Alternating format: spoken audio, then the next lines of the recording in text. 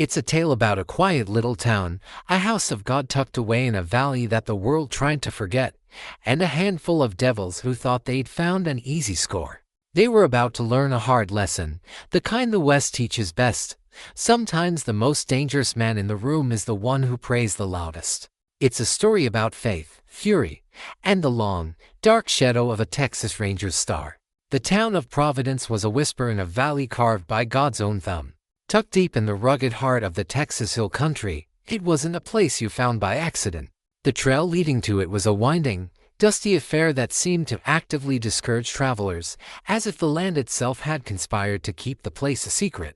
And the folks who lived there liked it that way. They were a hardy collection of ranchers, farmers, and a few souls who had simply grown tired of the noise and the violence of the wider world. Providence was their sanctuary. At the heart of the town, and its people, stood a simple, whitewashed church. It wasn't grand, its steeple was modest, and its bell had a slightly tinny, endearing ring, but it was the town's anchor, and its shepherd was Pastor Josiah Cole. To see him on a Sunday morning was to see a man perfectly at home. He was tall, with the kind of lean, weathered frame that spoke of a life lived under the open sky. His hair was more salt than pepper now, and the lines around his pale blue eyes were etched deep, not from worry, but from years of squinting into the sun. His voice, when he delivered his sermon, was a low, steady baritone, a voice that could soothe a crying child or command the attention of a restless room without ever needing to be raised. He spoke of forgiveness, of redemption, of the quiet strength found in faith. But if you looked closer, you might have noticed things that seemed out of place on a man of the cloth. There was a stillness in him, a cold watchfulness that never quite left, even when he smiled. His hands, though they handled the worn pages of his Bible with a gentle reverence, were calloused and scarred. And his eyes, for all their kindness, missed nothing. They swept the congregation not just with a pastor's love, but with a lawman's assessment, noting who was there, who was missing, the new pair of boots on the blacksmith's son, the worried look on the general store owner's wife. It was a habit, ingrained and unconscious, a ghost of a life he had buried long ago. This Sunday was like any other. The Texas sun streamed through the clear glass windows, illuminating the dust motes dancing in the air. The pews were filled with the familiar faces of his flock. There was Ben Carter, the blacksmith, a mountain of a man with a gentle heart, sitting with his wife and 2 young daughters. There was Martha Riley, the town's widowed schoolteacher, her posture as straight and unbending as her principal's. Old Doc Evans, whose hands were as skilled with a scalpel as they were with a whiskey bottle, sat near the back, his eyes closed in what could have been prayer or a light doze.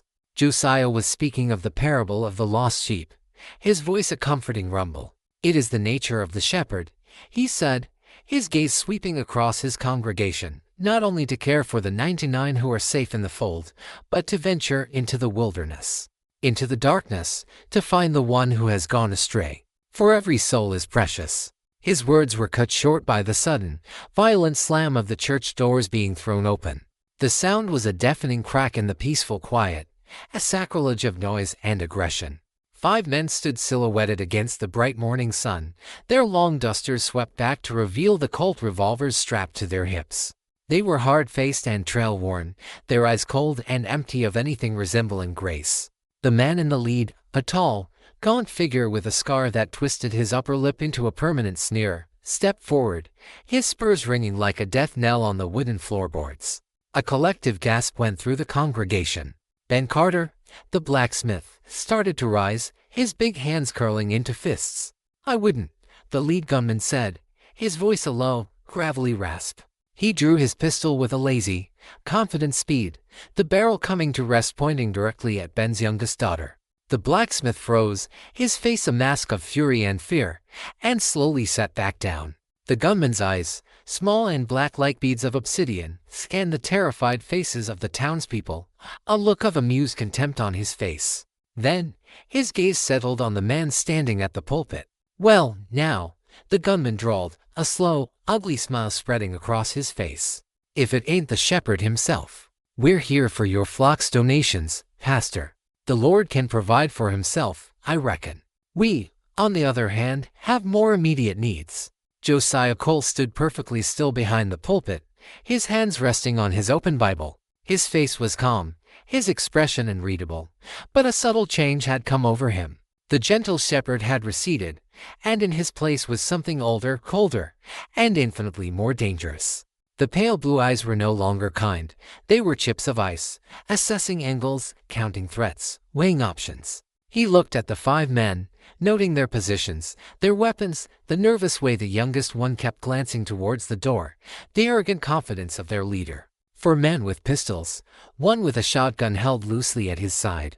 "Son," Josiah said, and his voice was still that low, steady baritone, but now it carried a weight of authority that had nothing to do with scripture. "You have made a terrible mistake." The leader chuckled, a dry, humorless sound.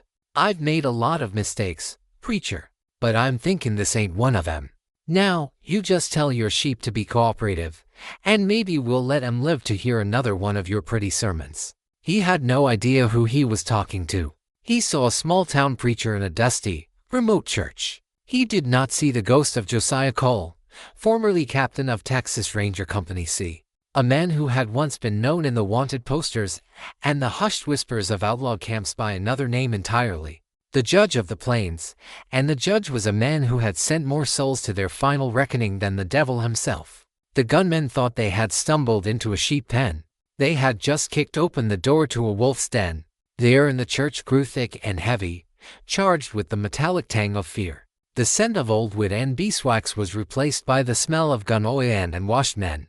The sunlight streaming through the windows seemed to dim, as if recoiling from the profane intrusion. The leader of the gang, the man with the sneer and the dead eyes, took another step forward. He gestured with his pistol towards a large, empty collection pouch on a table near the door. "Let's make this easy, preacher," he said. "You have your flock empty their pockets. Jewelry, cash, anything of value. Put it all in the pouch. Simple." He paused, his gaze sweeping the room again. "Anyone tries to be a hero, and your little schoolmarm here will be the first to get a lesson in mortality. You understand me?" Martha Riley stiffened, her face pale but her eyes defiant, staring straight back at him. Josiah's gaze didn't waver from the leader. He had to keep them talking. He had to learn who they were. A typical gang of road agents would have hit a bank, a stagecoach. Hitting a church in a town this remote for a collection plate that might hold $5 on a good day, it didn't make sense. This was either an act of sheer, witless desperation, or it was something else entirely. It felt personal. "There's no need for threats," Josiah said, his voice calm and measured, a stark contrast to the tension gripping the room. "These are good people. They have little to give, but what they have, you are welcome to, if it means no harm comes to them." He was speaking to the gunmen, but his words were for his flock. It was a command: stay calm. Do as they say. Do not provoke them. I will handle this. The townspeople, who had known and trusted him for years, understood. A quiet, shuffling rustle went through the pews as people began to reach into their pockets and purses. The leader's ugly smile widened. "See, the preacher's a reasonable man." He then turned his attention back to Josiah, a new, more sinister light entering his eyes. He took a few more steps, closing the distance until he was standing at the foot of the pulpit. He looked Josiah up and down, a slow, deliberate inspection. "You know, preacher," he said, his voice dropping to a conspiratorial whisper, "you look familiar. Have we met before?" Josiah remained silent. The past was a locked door, and this man was jiggling the handle. The gunman chuckled. "No, maybe it'll come to me." He turned to one of his men, a lanky, nervous youth who couldn't have been more than 18. "Kid, you and Dusty go and accept the congregation's offerings." The kid and another man, a heavy-set thug with a vacant expression, began to move down the aisle, the collection pouch held open. The townspeople, their faces grim, began to drop in their meager valuables, a few coins, a pocket watch, a simple gold locket from a grandmother's neck. The leader never took his eyes off Josiah. "So, you build this little house of peace," he mused, gesturing around the simple chapel. "You tell these folks all about forgiveness and turning the other cheek. Is that what you believe, preacher? Or is it just a nice story to tell the sheep?" "I believe every man has a chance at redemption," Josiah said, his voice level. "Even you." The man threw his head back and laughed, a harsh, grating sound that echoed in the hallowed space. "Redemption. That's good. That's real good," He leaned forward, resting his free hand on the pulpit, his face now only a couple of feet from Josiah's. The smell of stale whiskey and malice rolled off him in waves. "Let me tell you about redemption, preacher," he hissed. 10 years ago, I was holed up in a canyon near the Pecos. Me and my brother. We'd hit a payroll wagon. Had enough to start a new life down in Mexico. Then he came. One man. A Texas Ranger they called the judge. He didn't offer redemption. He didn't offer a chance to surrender. He came in with the sunrise at his back and a Colt in each hand. My brother, he never even cleared leather. Josiah's face remained a mask of stone, but inside, a cold, familiar dread began to uncoil in the pit of his stomach. He remembered the canyon. He remembered the sunrise. And he remembered the two men. One had drawn on him. The other, the younger brother, had tried to run. A ricochet. A piece of shrapnel from a rock had caught the runner in the throat. A death as unlucky as it was violent. He remembered the look of stunned disbelief on the young man's face as he bled out in the dust. The gunman's eyes narrowed, searching Josiah's face for any flicker of recognition. I spent the next 10 years rotting in a Yuma prison because of him. 10 years, dreaming of the day I'd get out. Dreaming of the day I'd find that ranger and pay him back for my brother. And you know what? The trail went cold. They said he'd just disappeared. Quit the rangers. Vanished. He leaned in even closer, his voice dropping to a venomous whisper. But I kept looking. And then I hear a story. About a preacher in a quiet little valley. A preacher who showed up about 10 years back. A tall fellow with quiet hands and the eyes of a killer. And I said to myself, Cain could it be? The name hit Josiah like a physical blow. Cain Blackwood. The older brother. He had survived the shootout, wounded, and been sent to Yuma for a life sentence. He should still be there. "You're Cain Blackwood," Josiah said, his voice flat, devoid of emotion. It wasn't a question. Blackwood's face split into a triumphant, terrifying grin. The sneer deepened, the scar tissue pulling tight. He remembers. Hallelujah, the shepherd remembers his sins. The pretense was over. This wasn't a robbery.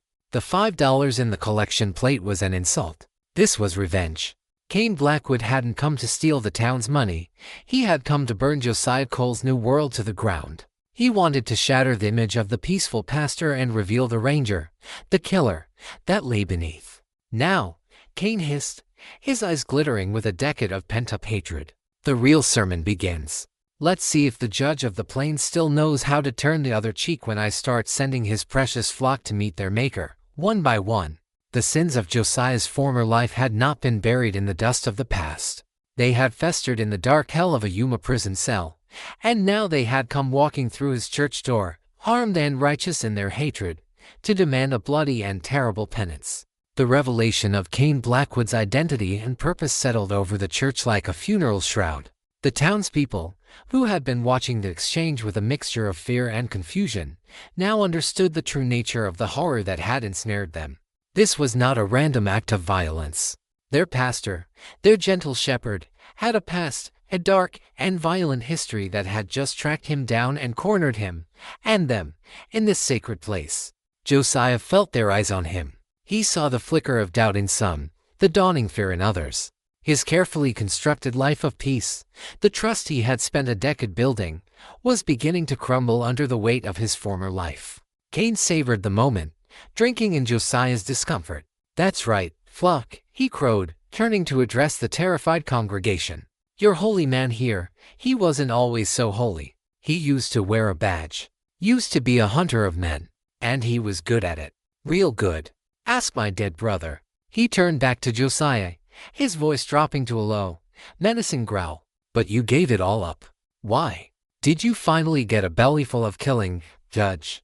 Or did you just lose your nerve?" Josiah's mind flashed back, an involuntary, searing memory he had fought to keep buried for 10 long years. It wasn't the shootout with the Blackwood brothers that had broken him. That had been just another day in a long, bloody career. It was what had come after. The memory was of a town not unlike Providence, a place called Real Luna. A bank robbery gone wrong. A gang of hardened killers, the remnants of the old Sykes militia, had taken hostages. A woman and her young son. Josiah and his partner, a young, eager ranger named David, had tracked them there. They had a plan. A quiet, flanking maneuver. Wait until dark. But the local sheriff, a pompous, glory-seeking fool, wouldn't wait. He and his posse opened fire on the bank, a wild and disciplined volley. The world had exploded into chaos. The outlaws, cornered and panicked, started shooting back through the windows. The woman screamed. Josiah had bellowed for the sheriff to cease fire, but it was too late. The outlaws were trying to shoot their way out, using the woman and her son as shields. Josiah saw his opening. A sliver of a target. One of the outlaws, exposed for a fraction of a second. He took the shot. It was a perfect shot, a ranger's shot, drilled home from 75 yards. The outlaw dropped. But in that same instant, the woman, trying to pull her son to safety, had stumbled into the line of fire of another outlaw's pistol. She went down. David, his young face a mask of determined fury, had charged the front door of the bank, trying to draw their fire, to give Josiah another shot. It had been a brave, foolish, and fatal mistake. The outlaws had cut him down in a hail of lead before he'd even reached the steps. Josiah had gone cold then. The judge of the plains had taken over. He moved with a cold, detached precision, his Colt seeming to leap into his hands. He didn't feel the splinters of wood that tore at his face, didn't hear the whine of bullets past his ears. He just moved and fired, his mind a perfect and feeling machine of angles and trajectories. When the smoke cleared, all the outlaws were dead. So was the sheriff. So was the woman. And so was his partner, David. He had walked out of the bank, past the bodies, past the crying child who was now an orphan, and he hadn't stopped walking. He rode until his horse gave out, then walked some more. He'd left his badge, his guns, his entire life, in the blood-soaked dust of Rio Luna. The law of the gun, the only law he had ever truly believed in, had failed. It had protected no one. It had only reaped a harvest of death. He had sworn that day, over the fresh graves of his partner and an innocent woman, that he would never again take up a gun. He would seek a different path, a path of peace. He would become a shepherd, not a wolf. "What's the matter, Judge?" Kane's taunting voice dragged him back to the terrifying present. "Remembering all the ghosts you've made." Josiah looked at the faces of his congregation. He saw Ben Carter's daughters, their small faces pale with terror, huddled against their mother. He saw Martha Riley, trying to shield the younger children near her. He saw his flock, his responsibility, his penance. He had come to this valley to protect souls. Now, he had to protect their lives. But how? His vow, the very foundation of his new life, forbade him from using the skills that were now so desperately needed. He had to use his mind. A ranger's greatest weapon wasn't his gun, it was his ability to read men, to understand the terrain, to control a situation without ever drawing his weapon if he could help it. "What do you want, Kane?" Josiah asked, his voice steady again, the turmoil inside carefully hidden. "It's not the money. It's not just revenge for your brother. You could have ambushed me on the trail any day of the week. No, you chose this place. This time, you wanted an audience. Why?" Kane seemed genuinely surprised by the question. He had expected begging, or anger, or fear, not analysis. "You're a clever one, I'll give you that," Kane admitted. "You're right. Killing you in an alley would be too easy. I want to peel you apart, piece by piece. I want your flock to see you for what you are, a killer. I want to force your hand. I want to make you break your holy vows. I want to put a gun in your hand and make you use it. And then, when you're standing there covered in blood, the same killer you always were, then I'll kill you. I want to kill the man, not the myth." So that was the game. A psychological torture, a trial by fire designed to destroy his soul before they destroyed his body. Josiah now understood the rules of engagement. Kane didn't just want him dead. He wanted him damned. "You won't succeed," Josiah said, a quiet conviction in his voice. "Oh, I think I will," Kane replied, his sneer returning. He turned to his men. "Dusty, you and the kid finish up. Take your time. Be thorough. Lefty, you and Paco watch the doors. No one leaves. I'm going to have a nice, long talk with the good pastor here about the old days." Josiah knew this was his only chance. He couldn't fight them physically, not 5 of them, not without a weapon. But he could fight them mentally. He could probe for weaknesses. The kid looked nervous, his hands trembling slightly. The big one, Dusty, was slow-witted, easily distracted. Their leader, Cain, was intelligent, but he was also arrogant and monomaniacal. His hatred was his strength, but it could also be his blindness. Josiah Cole the pastor was a hostage. But Josiah Cole the Texas Ranger had just begun to work the problem. He looked around his church's territory and began to map the terrain. The position of the pews. The single door to the vestry behind him. The heavy wooden cross on the wall. The long ropes for the church bell. He wasn't looking at a house of worship anymore. He was looking at a battlefield. And he was searching for a weapon that wasn't a gun. While Cain Blackwood gloated, basking in what he believed was his ultimate triumph, Josiah began his silent war. He knew he couldn't win a direct confrontation. His strategy had to be one of erosion, of planting seeds of doubt and discord, of turning the gang's own weaknesses against them. His first target was the youngest of the gang, the one Cain had called the Kid. The boy, whose real name was probably lost to the dusty trail, was a bundle of raw nerves. His eyes darted around the church, never settling in one place for long. He flinched at every small sound, a baby's cry, a stifled sob. He held his pistol with a white-knuckled grip, but it was the grip of fear, not of confidence. He was in over his head, and Josiah could see it as clearly as if it were written on the boy's forehead. As the Kid and the brutish Dusty moved down the aisle, collecting the townspeople's offerings, Josiah focused his attention on the boy. He didn't speak to him directly. Instead, he spoke to his congregation, but his words were meant for the Kid's ears. "Do not be afraid," Josiah said, his voice calm and pastoral, yet carrying an undercurrent of firm authority. "For the Lord is our shepherd. He will not abandon us in the valley of the shadow of death. He sees the hearts of all men. He knows the righteous, and he knows those who have been led astray." The Kid flinched at the words "led astray." He avoided looking at the pulpit, his eyes fixed on the floor.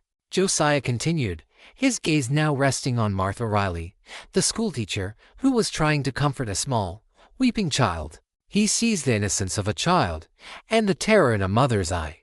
And he knows that there is no sin so great that it cannot be forgiven, if a man has the courage to turn away from a dark path. The Kid's movements became more jerky, his hands less steady. When he reached the pew where the Carters sat, Ben Carter, the blacksmith, stared at him with such a look of cold, concentrated fury that the boy actually recoiled. He was not a hardened killer. He was a boy playing a man's deadly game. Josiah then shifted his focus. He needed allies inside his own flock, people he could count on when the time came. His eyes met Ben Carter's. The blacksmith was a rock, his rage now tempered into a cold, hard resolve. Josiah gave him the slightest of nods, barely perceptible gesture that said, "Wait. Not yet, but be ready." Ben's eyes narrowed in understanding. He was a smart man, and a brave one.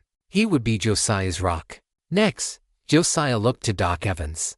The old man was no longer dozing. His eyes were open, sharp and intelligent. He was observing the gunmen with a physician's clinical detachment, noting their dispositions, their tics. The doc knew more about the dark side of human nature than anyone in the valley. Josiah knew the old man kept more than just medical supplies in his black bag. He kept a loaded Derringer. It was a small thing, almost useless in this situation, but it was a resource.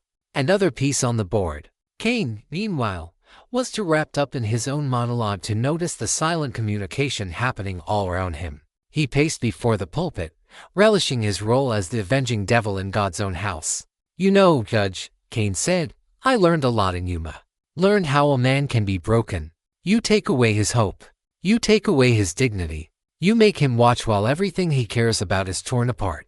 That's what I'm gonna do to you." Josiah decided to engage him, to keep his attention focused on their personal battle. "This isn't about your brother anymore, is it, Cain? This is about the misery you endured in that prison. You've let that hatred eat you alive until there's nothing left of the man you were. You're just a vessel for all that poison." Cain stopped pacing and glared at him, his face darkening. "Don't you preach to me, you sanctimonious fraud. You put me in that hole."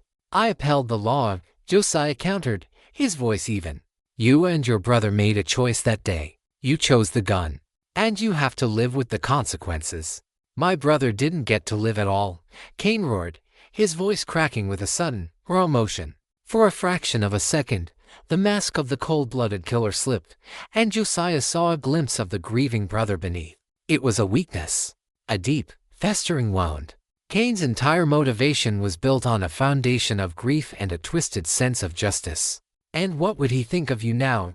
Josiah pressed, his voice softening, taking on the tone of a confessor. "Bringing this kind of violence into a house of God, terrorizing women and children. Is this the legacy you would have wanted? Is this what you call honor?" "Shut up," Cain snarled, the mask slamming back into place. He was rattled. Josiah's words had struck a nerve. He gestured angrily at the kid. "Oh, what's taking so long? Get a move on." The kid, flustered, fumbled the collection pouch, and a few coins and a locket spilled onto the floor. As he knelt to pick them up, his eyes met those of Ben Carter's wife, a woman of quiet but formidable strength. She didn't look at him with hatred, but with a look of profound, pitying disappointment. It was a look that shamed him more than any threat could have. The seed was sown. The kid was the weak link in the chain.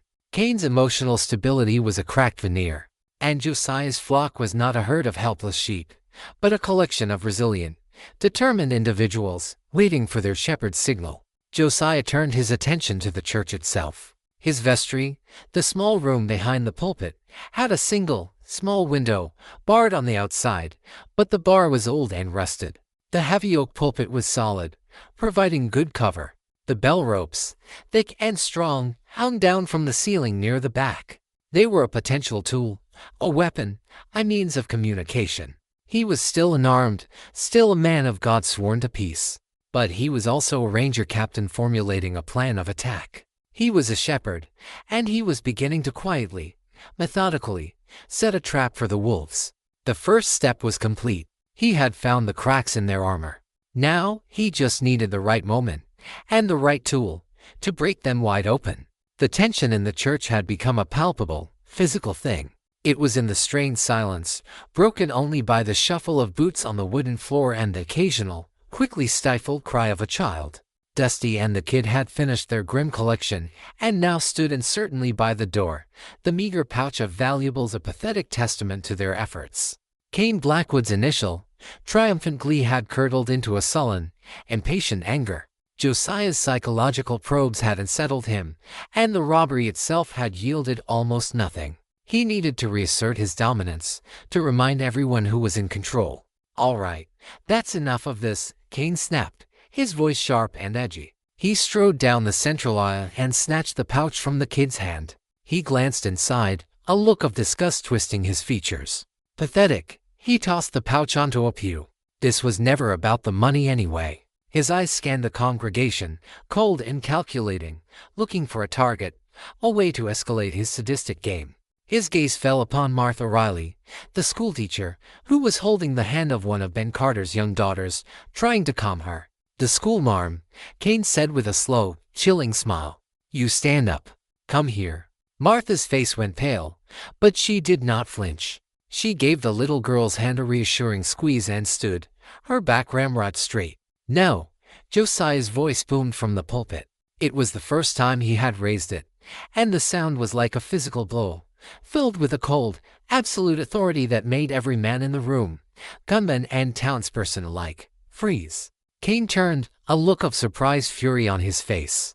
"What did you say to me, preacher?"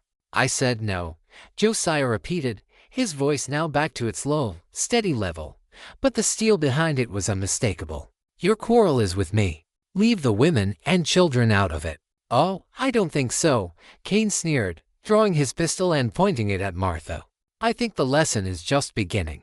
Now, you'll do as you're told, Mum, or the preacher here is going to have to learn how to conduct a funeral." This was it, the moment Josiah had been preparing for. He had hoped to avoid it, to win this battle with words and wits, but Cain was forcing his hand. He needed a diversion, a powerful one. His eyes flickered to the back of the church, to the bell ropes. He met Ben Carter's gaze and gave him a short, sharp nod.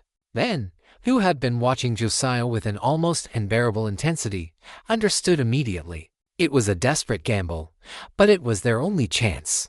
As all eyes were on the confrontation at the front of the church, Ben Carter began to move. He didn't stand. He shifted his weight, a slow, almost imperceptible movement, his massive frame a study in controlled power. His wife, sensing the shift, subtly moved their children closer to her, shielding them. At the same time, on the other side of the church, Doc Evans, seeing the signal and understanding the intent, began to act his part. He let out a low groan, clutching his chest, his face contorting in a mask of pain. "My heart," he gasped, his voice a wheezing, desperate sound. "My medicine in my bag." He slumped forward in his pew, creating a small, secondary point of commotion. One of the gunmen, a lanky man named Paco, glanced nervously towards the dock. "Boss?" The old man. Kane was momentarily distracted, his head turning towards the sound. "He's faking," he snarled, but his attention was split. It was the opening they needed. "Now, Ben," Josiah roared. The blacksmith exploded from his pew like a grizzly bear. He was not a trained fighter, but he was a man of immense natural strength, fueled by a righteous fury. He covered the 10 feet to the gunman nearest him, heavy-set, slow-witted Dusty into massive strides. Dusty, caught completely by surprise, barely had time to raise his shotgun before Ben's hand, a hand accustomed to shaping hot iron with a hammer, clamped down on the barrels. There was a sickening crunch of bone and cartilage as Ben twisted the weapon with all his might. Dusty screamed in agony as his fingers snapped. Ben ripped the shotgun from the man's grasp and, in the same fluid, furious motion, swung the heavy wooden stock like a club, catching the second gunman, Lefty, in the side of the head. Lefty went down like a poleaxe steer. In that same instant, at the back of the church, Doc Evans, his heart attack miraculously cured, opened his medical bag. He ignored the bottles of laudanum and bandages. His fingers closed around the cold, checkered grip of a .41 caliber Remington Derringer. It was a 2-shot weapon, a last-ditch tool for grim situations. This was the grimmest he had ever seen. The kid, his nerves finally shattering, spun around at the sound of the commotion, his pistol waving wildly. He was facing Doc Evans. The old doctor's hand was steady, his eyes clear and cold over the small, twin barrels. It was the doctor's prayer, a desperate plea for a life, but one offered at the end of a gun. The kid stared at the Derringer, then at the old man's unflinching eyes, and his resolve crumbled. He dropped his pistol with a clatter, his hands shooting up into the air. The entire sequence had taken less than 5 seconds. 2 gunmen were down, one had surrendered, and Ben Carter now held the shotgun. The balance of power had shifted violently and seismically. Kane Blackwood stood in the aisle, his face a mask of stunned, uncomprehending rage. He had been in complete control, his victory assured. Now, his plan was in ruins, his men incapacitated. He spun back towards the pulpit, his pistol coming up, his mind now focused on a single, burning objective, killing the man responsible. But Josiah was gone. In the instant the chaos had erupted, he had ducked down behind the heavy oak pulpit, disappearing from view. Kane fired a wild, frustrated shot that splintered the wood of the pulpit, sending a shower of splinters into the air. Josiah was no longer waiting. He was no longer reacting. He was moving. He scrambled into the vestry, the small room behind the altar. He was a ranger again, and his objective was clear. Neutralize the remaining threats. Protect the civilians. Survive. The time for sermons was over. The time for judgment had come. The vestry was a small, cramped room that smelled of old paper and candle wax. It was Josiah's private sanctum, a place for quiet contemplation and study. Now, it had become an armory and a command post.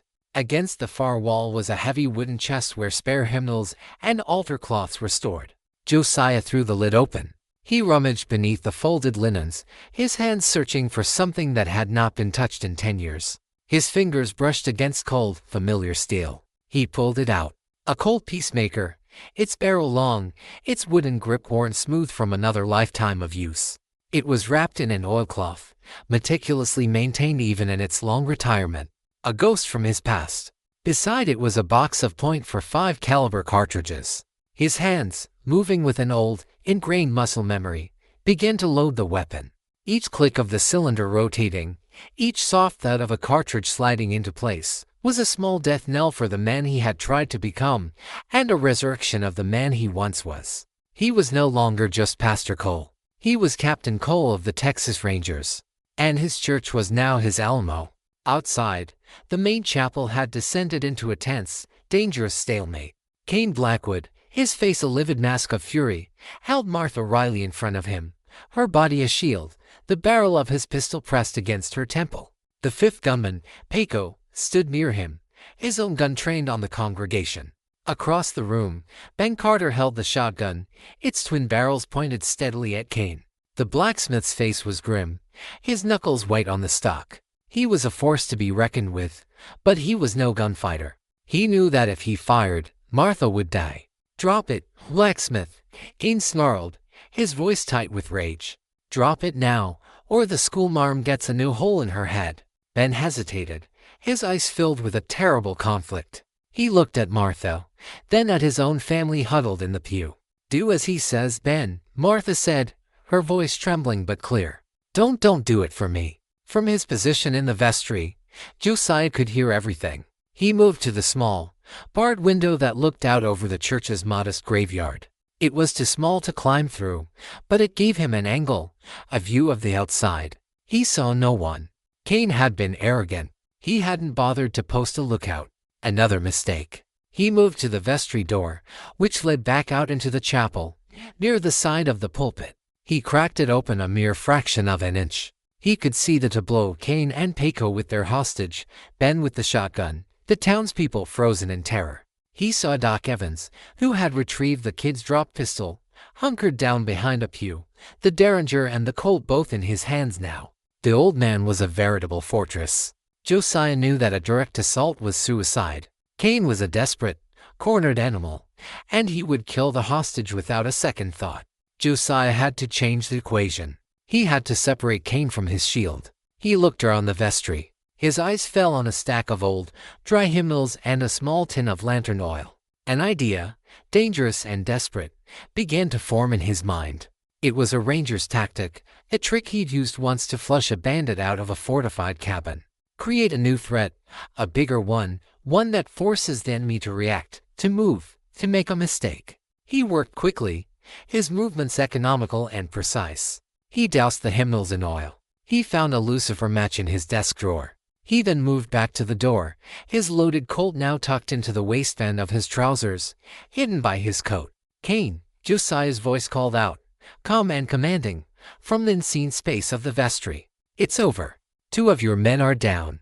1 has surrendered. Let the woman go. You have no way out of here." "I'll make a way out," Cain screamed back, his voice ragged with desperation. "I've got your whole flock here. You want to see how many I can kill before your blacksmith gets a shot off? Send the woman out, and I'll trade you for the preacher." It was the trade he had expected. Cain's obsession was with him. "Let her go first," Josiah called back. "Let her walk to the back of the church. Then I will come out." Cain hesitated, his paranoid mind racing. Was it a trick? But his hatred for Josiah, his burning need for that final, personal confrontation, overrode his caution. "All right, preacher," he agreed. "You've got a deal." He gave Martha a rough shove. "Go on, get." Martha stumbled forward, then ran, her face a blur of tears and relief, towards the back of the church. This was Josiah's moment.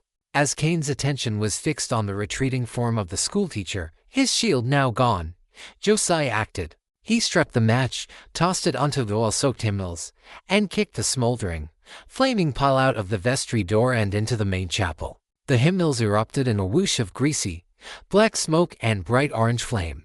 Panic erupted. The thick, acrid smoke billowed out, creating a wall of confusion and choking fumes between the front and back of the church. "Fire!" someone screamed. The storm had broken. Through the swirling smoke, Josiah stepped out of the vestry. He was no longer the shepherd. He was the angel of judgment, and he held a 6 gun in his hand.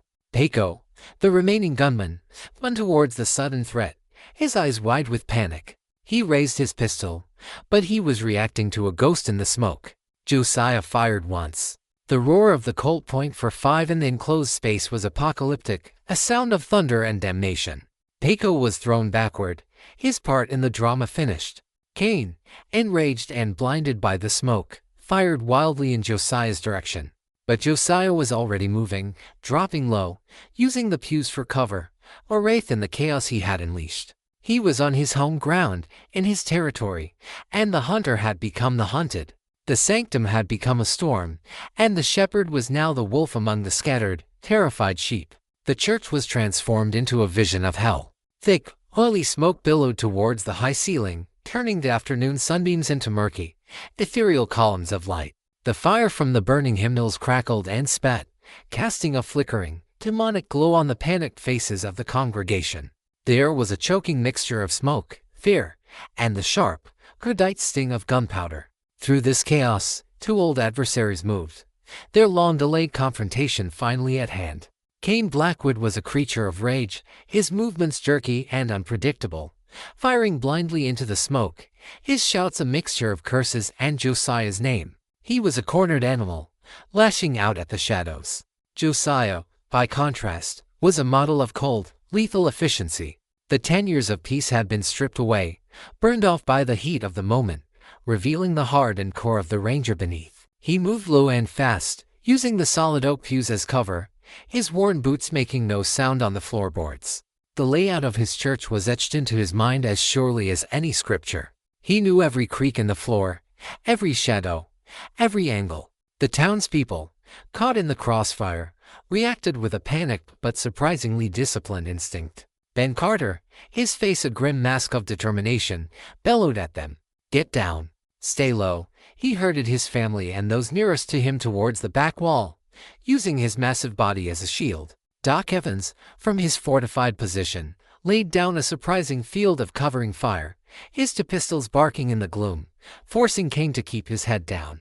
Josiah knew he had to end this quickly, before the fire spread, before one of Cain's wild shots found an innocent target. He circled around the edge of the pews, his peacemaker held ready, his senses on a razor's edge. He could hear Cain's ragged breathing, the frantic scrape of his boots as he moved. He saw his chance. Cain had backed himself into the corner near the altar, the large, stained glass window depicting the Good Shepherd at his back. He was momentarily silhouetted against the colored light, a perfect target. Josiah rose from behind a pew. "It's over, Cain," he said, his voice cutting through the din. Cain spun, his eyes wild and bloodshot. He saw Josiah, a grim specter emerging from the smoke, and a final, triumphant sneer twisted his lips. "Not till you're in hell, Judge." He brought his pistol up. Both men fired at the same instant. The world seemed to slow down. Josiah felt a searing, white-hot pain tear through his left shoulder, spinning him around. The impact was like being hit by a sledgehammer. He stumbled, his arm going numb, but his training, his instincts, held true. He stayed on his feet. His own shout was true. It was a ranger's shot, aimed not to kill, but to incapacitate. The bullet struck Cain in the gun hand, shattering the bone and sending his pistol flying from his grasp with a metallic clatter. Cain screamed, a sound of pure agony and frustration, clutching his ruined hand. He stared at Josiah, his chest heaving, his face a mask of disbelief and hatred. He was beaten. His revenge, the obsession that had fueled him for a decade, had turned to ash in his mouth. But he was not broken. With a final, desperate roar of defiance, he lunged, not at Josiah, but at the heavy, silver candlestick on the altar. He ripped it from its base and charged, his face contorted into a demonic snarl. Josiah, his left arm useless, tried to bring his Colt around for another shot, but he was too slow. Cain was on him, swinging the heavy candlestick like a mace. Josiah parried the blow with his gun barrel, the impact jarring his teeth. The two men grappled, a desperate, brutal struggle in the heart of the burning church. Cain was fueled by a madman's strength, his one good hand clamped onto Josiah's wrist, trying to wrench the gun away. Josiah, weakened by his wound, fought back with a cold, grim determination. They crashed against the altar, then against the pews. It was no longer a gunfight. It was a primal, ugly brawl for survival. Josiah could feel his strength failing. The blood loss was making him dizzy. Cain's face, contorted with hate, was inches from his. "I'll still kill you, Judge," he hissed, his breath hot and foul. "I'll kill you with my bare hands." With his last ounce of strength, Josiah slammed his forehead into Cain's nose. There was a sickening crunch, and Cain staggered back, momentarily stunned, blood pouring from his face. It was the opening Josiah needed. He didn't fire his gun. His vow, even now, held a sliver of power over him. Instead, he reversed his grip and swung the heavy, long-barreled peacemaker like a club. The steel barrel connected with the side of Cain's head with a dull, final thud. Cain's eyes rolled back in his head, and he crumpled to the floor, unconscious, landing at the foot of the pulpit where he had, an eternity ago, begun his sermon of hate. The reckoning was over. Silence, heavy and profound, fell over the church, broken only by the crackle of the fire and the ragged, pained breathing of Pastor Josiah Cole. He stood over the body of his vanquished enemy, smoke swirling around him, blood dripping from his wounded shoulder onto the sacred floor, the stained glass window shattered behind him. He was the shepherd, and he had saved his flock. But he had paid for it with a piece of his own soul. The immediate aftermath of the battle was a blur of controlled chaos. As soon as Cain Blackwood fell, Ben Carter's voice, a deep and steadying roar, took command of the civilian response. The fire. Form a bucket line from the well. Martha, get the children out. Doc, see to the pastor. The townspeople of Providence, who minutes before had been terrified hostages, transformed into a determined, efficient unit. They were pioneers, ranchers, and farmers, people accustomed to hardship and sudden crisis.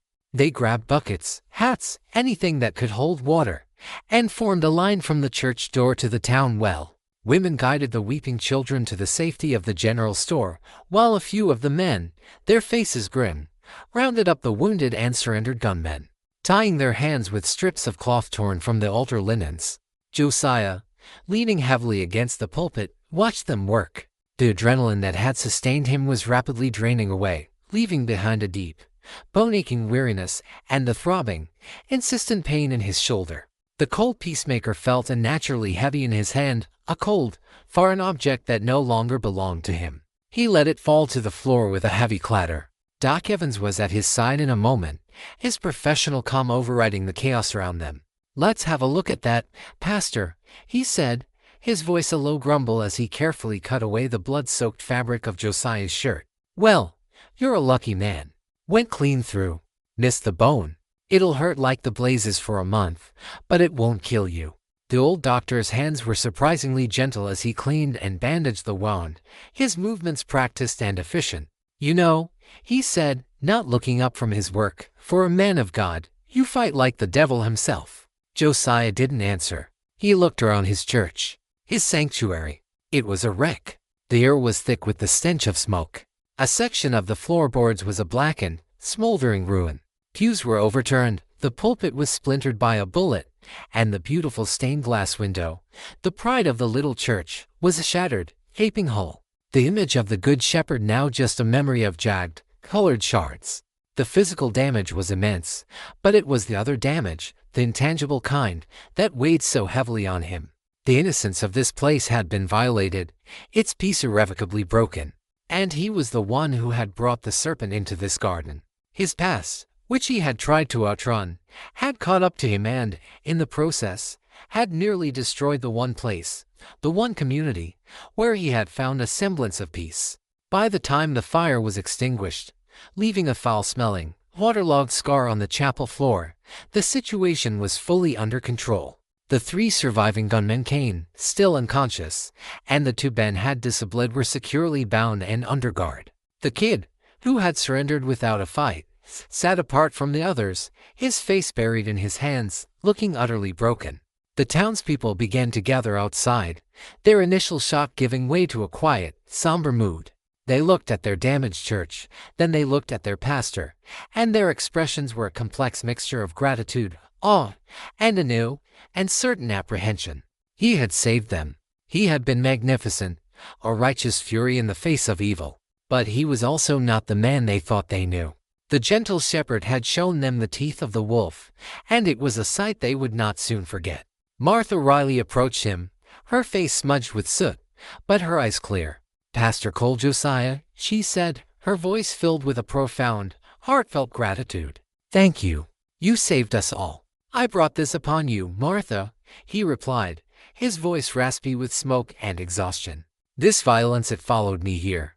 "Nonsense," Ben Carter boomed, walking up to join them, his large hand coming to rest on Josiah's good shoulder. "Evil came to our door. You just happened to be the one who knew how to answer." Their words of support were a balm, but they couldn't erase the deep, aching conflict in Josiah's own heart. He had taken up the gun again. He had met violence with violence. He had shot a man in God's own house. Had he broken his vow? Or had he fulfilled a deeper one, shepherd's duty to protect his flock at any cost? He didn't know. The lines were blurred, washed away in a tide of blood and smoke. As dusk began to settle over the valley, casting long shadows from the surrounding hills, a rider approached. It was the sheriff from the county seat, a town a full day's ride away. Someone must have seen the smoke and ridden for help. The law had finally arrived, long after the battle had been fought and won by a man who had long ago abandoned it. The sheriff, a portly man with a self-important air, looked at the bound gunmen, the damaged church, and the wounded pastor with wide, disbelieving eyes. "What in God's name happened here, Pastor?" he asked, his voice a mixture of shock and confusion. Josiah looked at the ashes of his sanctuary, at the faces of his flock, and at the unconscious form of Cain Blackwood, the living embodiment of his past. "We had a sermon, Sheriff," Josiah said, his voice weary beyond measure, "about sin and redemption, and the high cost of both." The arrival of Sheriff Miller and his two deputies brought a semblance of official order to the chaotic aftermath, but it also brought a new set of complications for Josiah. Miller was a man who lived by the book, a book he often didn't fully understand but adhered to with a stubborn, bureaucratic zeal. He was ill-equipped to comprehend the kind of frontier justice that had just unfolded in Providence Valley. They set up a makeshift office in the general store, the air thick with the smell of coffee, canvas, and disinfectant from Doc Evans' bag. Cain Blackwood and his men, now conscious and sullen, were locked in the town's small, stone-walled storeroom that served as a temporary jail. Sheriff Miller sat behind the store owner's counter, a ledger book open before him, ready to take Josiah's official statement. Ben Carter and Doc Evans stood by, a silent, supportive presence. "All right, Pastor," Miller began, dipping his pen in the inkwell. "Start from the beginning, and try to be precise." Josiah looked at the sheriff, then at his friends. He knew he could have told a simpler version of the story.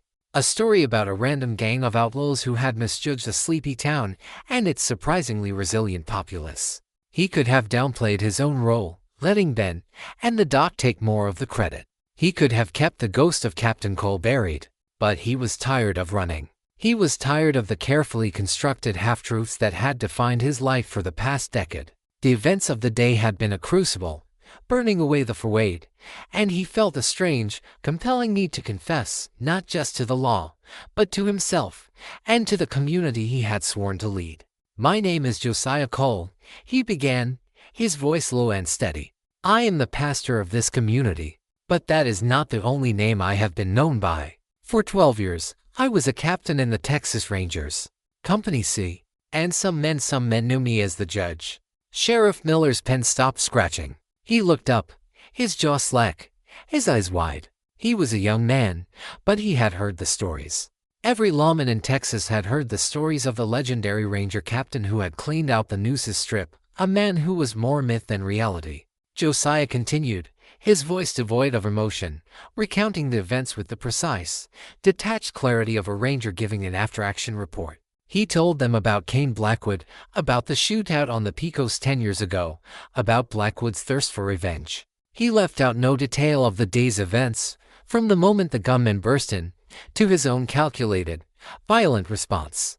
He did not spare himself. He spoke of retrieving his hidden gun, of shooting Paco, of the final, brutal brawl with Cain. When he finished, a deep silence filled the store. Sheriff Miller just stared at him, the half-written report forgotten. Captain Cole Miller finally breathed, the name a mixture of awe and disbelief. We all thought you were dead." "In some ways, I was," Josiah said quietly. "The man you knew of died in a town called Rio Luna. I came here to bury him." Ben Carter stepped forward. "He did more than that, Sheriff. He saved every man, woman, and child in that church. If it wasn't for him, for what he did, we'd all be in our graves right now." "There's no question of that," Doc Evans added, his voice a dry rasp. "But the pastor is a man who holds himself to a higher standard than most. And the law is the law." The old doctor looked at Josiah, his expression a mixture of profound respect and deep sympathy. "What happens now, Sheriff?" Miller was flustered, out of his depth. The situation was not covered in any of his manuals. A shooting had occurred. A man had been killed. But it had happened during the commission of a half-dozen other felonies, and the shooter was a living legend who had acted to save 30 innocent people. Technically, Miller stammered, there will have to be an inquiry. A magistrate will have to hear testimony. Before he could continue, the door of the store creaked open. The kid, the young gunman, stood there, flanked by one of the deputies. His face was pale and tear-streaked. I need to talk, the boy said, his voice shaky. I need to tell you what happened. All of it. For the next hour, the kid, whose name turned out to be Will, poured out his own confession. He told them how Kane had recruited him in a dusty cantina, promising adventure and easy money. He described Kane's obsessive, all-consuming hatred for the ranger who had killed his brother. He confirmed every detail of Josiah's story, painting a vivid picture of Kane's plan to not just kill the pastor, but to psychologically torture him first. His testimony, delivered with the raw and varnished truth of a terrified and repentant boy, left no doubt as to the nature of the day's events. It was not just self-defense, it was the thwarting of a massacre. When Will was finished, Sheriff Miller slowly closed his ledger book. He looked at Josiah, his expression no longer one of a confused bureaucrat, but of a young lawman in the presence of his own history. I think, Miller said, and no authority in his voice, that my report will be quite simple. A group of known outlaws, led by the escaped felon Kane Blackwood, attempted to rob the church in Providence. They were met with resistance by the townspeople, led by their pastor. One outlaw was killed in the exchange, and the rest were apprehended. The actions of Pastor Cole and his congregation were, in all respects, heroic. He stood and offered his hand to Josiah. It's an honor, Captain, he said, his voice filled with a genuine and feigned respect. Josiah looked at the offered hand, and then at the faces of Ben and the doc. He saw no judgment in their eyes, only a deep and wavering loyalty. He had confessed, and he had not been condemned. He had been understood. He shook the sheriff's hand, the simple act a bridge between the two halves of his divided soul. The law had found him, not to punish him, but to thank him. The confession of Captain Cole was complete. The next morning, Sheriff Miller and his deputies rode out of Providence, their horses trailing 3 others carrying Kane Blackwood and his remaining men. All of them bound for the gallows or a long return to a prison cell. The kid, Will, would ride with them not as a prisoner, but as a key witness for the state, his life taking a new and certain turn away from the outlaw trail. A quiet, somber peace settled back over the valley. It was a different kind of quiet than before. The old, innocent peace was gone, shattered like the stained glass window. This new peace was harder, more resilient, earned through fire and blood. The townspeople gathered at the church, not for a service, but for a reckoning of their own. They stood amidst the wreckage of the charred floor, the splintered pews, the gaping hole where the window had been. They were not there to mourn what they had lost, but to begin the work of rebuilding. Ben Carter was already measuring the frame for a new window. Martha Riley was organizing the women to scrub the soot from the walls. Doc Evans was quietly sweeping up the last of the broken glass. They worked with a shared and spoken purpose. This was their church, their town, and they would not let the actions of a few evil men destroy it. Josiah stood on the steps, his arm in a sling, watching them. He felt a profound sense of love and admiration for these people, his flock. But he also felt a deep sense of separation. He was no longer just their pastor, their spiritual guide. He was their protector, their gunfighter, their judge. He had saved their lives, but in doing so, he had taken on a new, heavier burden. He saw the way some of the children looked at him now, with a mixture of awe and fear. He had been the man who told them stories of David and Goliath. Now he was Goliath, a giant who had slain his enemies. How could he ever again preach about turning the other cheek when his own hands had been instruments of such swift, brutal violence? As the sun began to set, casting a warm, golden light over the valley, he walked to the town's small, quiet cemetery. He stood before the 2 graves he had dug himself 10 years ago when he had first arrived, a simple wooden cross for the man he had been, Captain Josiah Cole, and a headstone for his vow of peace. He had come here yesterday to tend to them, as he did every week. Today, he had come to say goodbye. He was no longer just the pastor, and he could never again be just the ranger. He was both. The two halves of his soul, which he had tried for so long to keep separate, had been forged together in the heat of the battle. He was a man of God who knew how to use a gun, a shepherd who had the heart of a wolf. He heard footsteps behind him and turned to see Ben and Martha approaching. "We'll have the church repaired in a month, Pastor," Ben said, his voice filled with a quiet pride. "It'll be stronger than before." "We were wondering," Martha added, her voice soft but firm, "what you'll preach about come Sunday." Josiah looked at the setting sun, at the peaceful valley, at the faces of his two friends. A slow, weary smile touched his lips. It was the first time he had truly smiled in what felt like an eternity. "I think," he said, his voice a low, steady rumble that held the wisdom of both the shepherd and the judge. "I'll talk about how sometimes the only way to protect the sheep is to let the wolves know that the shepherd is not to be trifled with. And that true sanctuary isn't a place without evil, but a place where good people have the courage to stand against it." He would not leave Providence. This was his home, his flock, his burden, and his redemption. He would continue to preach, to guide, to offer solace. But he would also keep his cold peacemaker, cleaned and oiled, in the chest in the vestry. Not as a ghost of his past, but as a tool for the future, a solemn promise to the people of Providence that their shepherd would always be watching over them, ready to pay whatever price was necessary to keep the wolves from the door.